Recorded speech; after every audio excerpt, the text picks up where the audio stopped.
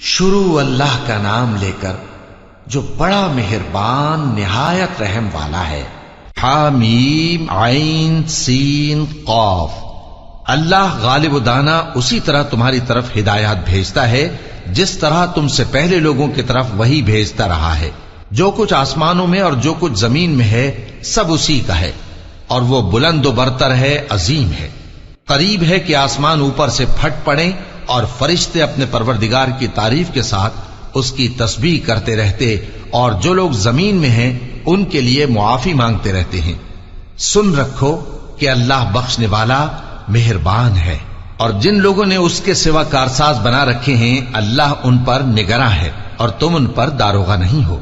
اور اسی طرح ہم نے تمہارے پاس قرآن عربی بھیجا ہے تاکہ تم اس مرکزی شہر یعنی مکے کے رہنے والوں کو اور جو لوگ اس کے ارد گرد رہتے ہیں ان کو خبردار کرو، اور انہیں قیامت کے دن کا بھی جس میں کچھ شک نہیں خوف دلاؤ۔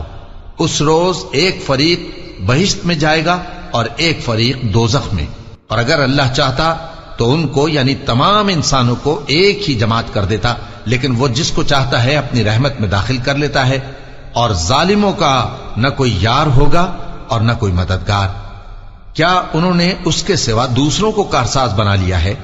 سو کارساز تو اللہ ہی ہے، اور وہی مردوں کو زندہ کرے گا، اور وہ ہر چیز پر قدرت رکھتا ہے۔ اور تم لوگ جس بات میں اختلاف کرتے ہو اس کا فیصلہ اللہ کی طرف سے ہوگا۔ یہی اللہ میرا پروردگار ہے، میں اسی پر بھروسہ رکھتا ہوں اور اسی کی طرف رجوع کرتا ہوں۔ وہی ہے آسمانوں اور زمین کا پیدا کرنے والا، اسی نے تمہارے لیے تمہاری ہی جنس کے جوڑے بنائے اور چوپایوں کے بھی جوڑے بنائے۔ وہ اسی طرح تم کو پھیلاتا رہتا ہے، اس جیسی تو کوئی چیز نہیں، اور وہ سنتا ہے، دیکھتا ہے۔ آسمانوں اور زمین کی کنجیاں اسی کے پاس ہیں، وہ جس کے لیے چاہتا ہے رزق فراخ کر دیتا ہے اور جس کے لیے چاہتا ہے تنگ کر دیتا ہے۔ بے شک وہ ہر چیز سے واقف ہے۔ اس نے تمہارے لیے دین کا وہی رستہ مقرر کیا جس کے اختیار کرنے کا نوح کو حکم دیا تھا، اور جس کی اے نبی ہم نے تمہاری طرف وہی بھیجی ہے، اور جس کا ابراہیم اور موسیٰ اور عیسیٰ کو حکم دیا تھا، وہ یہ کہ دین کو قائم رکھنا اور اس میں پھوٹ نہ ڈالنا۔ جس چیز کی طرف تم مشرکوں کو بلاتے ہو وہ ان کو ناگوار گزرتی ہے۔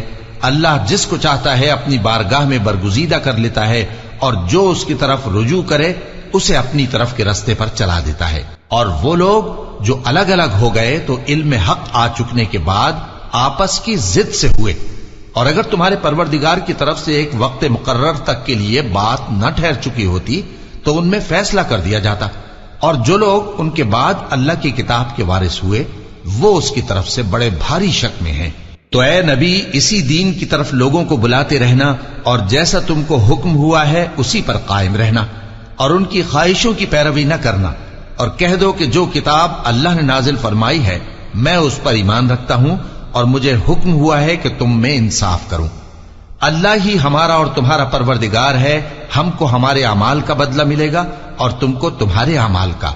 ہم میں اور تم میں کچھ بحث و تکرار نہیں، اللہ ہم سب کو اکٹھا کرے گا اور اسی کی طرف لوٹ کر جانا ہے۔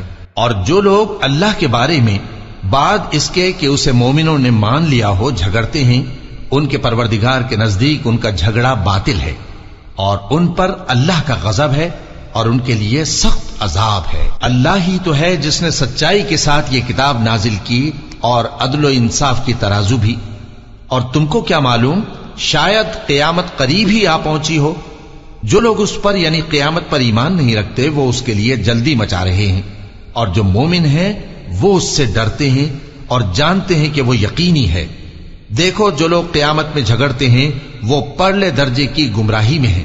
اللہ اپنے بندوں پر مہربان ہے، وہ جس کو چاہتا ہے رزق دیتا ہے، اور وہ زور آور ہے، غالب ہے۔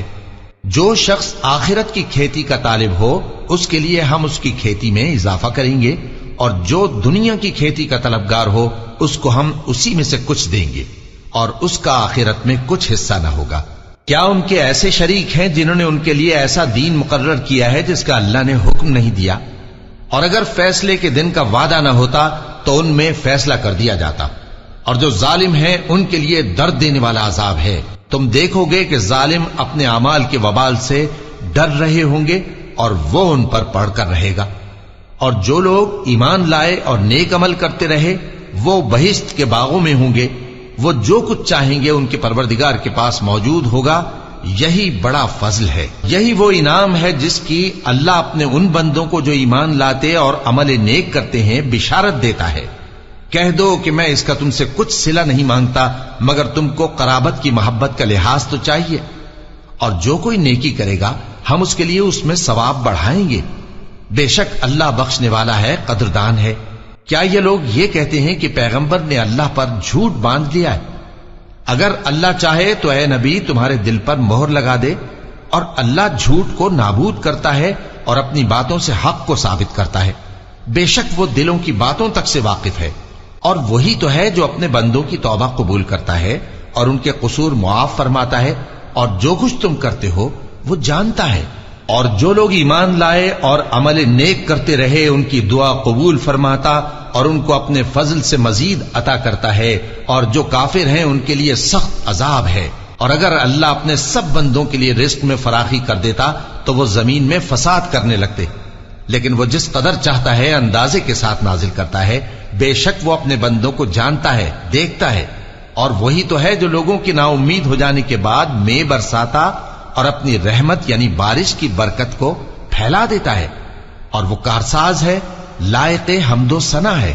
اور اسی کی نشانیوں میں سے ہے آسمانوں اور زمین کا پیدا کرنا اور ان جانوروں کا جو اس نے ان میں پھیلا رکھے ہیں، اور وہ جب چاہے ان کے جمع کر لینے پر قادر بھی ہے۔ اور جو مصیبت تم پر واقع ہوتی ہے سو تمہارے اپنے کرتوتوں سے، اور وہ بہت سے گناہ تو معاف کر دیتا ہے۔ اور تم زمین میں اللہ کو عاجز نہیں کر سکتے، اور اللہ کے سوا نہ تمہارا کوئی دوست ہے اور نہ مددگار۔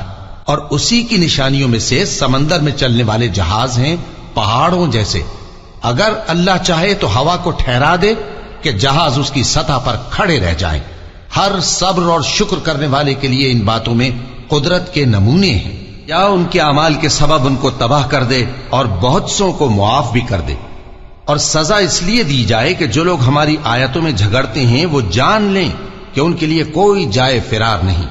لوگوں، جو مال و متاع تم کو دیا گیا ہے وہ دنیا کی زندگی کا ناپائیدار فائدہ ہے، اور جو کچھ اللہ کے ہاں ہے وہ بہتر اور باقی رہنے والا ہے، یعنی ان لوگوں کے لیے جو ایمان لائے اور اپنے پروردگار پر بھروسہ رکھتے ہیں، اور جو بڑے بڑے گناہوں اور بے حیائی کے کاموں سے پرہیز کرتے ہیں، اور جب غصہ آتا ہے تو معاف کر دیتے ہیں، اور جو اپنے پروردگار کا فرمان قبول کرتے ہیں اور نماز پڑھتے ہیں اور اپنے کام آپس کے مشورے سے کرتے ہیں، اور جو مال ہم نے ان کو عطا فرمایا ہے اس میں سے خرچ کرتی ہیں، اور جو ایسے ہیں کہ جب ان پر ظلم و زیادتی ہو تو مناسب طریقے سے بدلہ بھی لیتی ہیں، اور برائی کا بدلہ تو اسی طرح کی برائی ہے، مگر جو درگزر کرے اور معاملے کو درست کر دے تو اس کا بدلہ اللہ کے ذمے ہے۔ اس میں شک نہیں کہ وہ ظلم کرنے والوں کو پسند نہیں فرماتا۔ اور جس پر ظلم ہوا ہو اگر وہ اس کے بعد انتقام لے لے تو ایسے لوگوں پر کچھ الزام نہیں۔ الزام تو ان لوگوں پر ہے جو لوگوں پر ظلم کرتے ہیں اور ملک میں ناحق فساد پھیلاتے ہیں، یہی لوگ ہیں جن کو تکلیف دینے والا عذاب ہوگا۔ اور جو صبر کرے اور قصور معاف کر دے تو یہ بڑی ہمت کے کام ہیں۔ اور جس شخص کو اللہ گمراہ رہنے دے تو اس کے بعد اس کا کوئی دوست نہیں۔ اور تم ظالموں کو دیکھو گے کہ جب وہ دوزخ کا عذاب دیکھیں گے تو کہیں گے کیا دنیا میں واپس جانے کی کوئی سبیل ہے؟ اور تم ان کو دیکھو گے کہ دوزخ کے سامنے لائے جائیں گے، ذلت سے عاجزی کرتے ہوئے چھپی نگاہ سے دیکھ رہے ہوں گے، اور مومن لوگ کہیں گے کہ گھاٹے میں رہنے والے تو وہ ہیں جنہوں نے قیامت کے دن اپنے آپ کو اور اپنے گھر والوں کو خسارے میں ڈالا۔ دیکھو کہ بے انصاف لوگ ہمیشہ کے دکھ میں پڑے رہیں گے، اور اللہ کے سوا ان کے کوئی دوست نہ ہوں گے کہ اللہ کے سوا ان کو مدد دے سکیں، اور جس کو اللہ گمراہ رہنے دے اس کے لیے ہدایت کا کوئی رستہ نہیں۔ ان سے کہہ دو کہ قبل اس کے کہ وہ دن جو ٹلے گا نہیں اللہ کی طرف سے آ موجود ہو، اپنے پروردگار کا حکم قبول کر لو۔ اس دن تمہارے لیے نہ کوئی جائے پناہ ہوگی اور نہ تم سے گناہوں کا انکار ہی بن پڑے گا۔ پھر اگر یہ منہ پھیر لیں تو ہم نے تم کو ان پر نگہبان بنا کر نہیں بھیجا، تمہارا کام تو صرف احکام کا پہنچا دینا ہے۔ اور جب ہم انسان کو اپنی رحمت کا مزہ چکھاتے ہیں تو وہ اس سے خوش ہو جاتا ہے، اور اگر ان کو انہی کے اعمال کے سبب کوئی سختی پہنچتی ہے تو سب احسانوں کو بھول جاتا ہے. بے شک انسان بڑا ناشکرا ہے. تمام بادشاہت اللہ ہی کی ہے، آسمانوں کی بھی اور زمین کی بھی.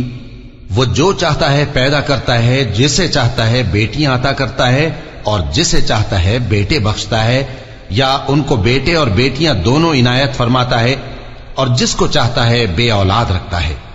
وہ تو جاننے والا ہے، قدرت والا ہے، اور کسی آدمی کے لیے ممکن نہیں کہ اللہ اس سے بات کرے مگر وحی کے ذریعے یا پردے کے پیچھے سے، یا کوئی فرشتہ بھیج دے تو وہ اللہ کے حکم سے جو اللہ چاہے القا کرے.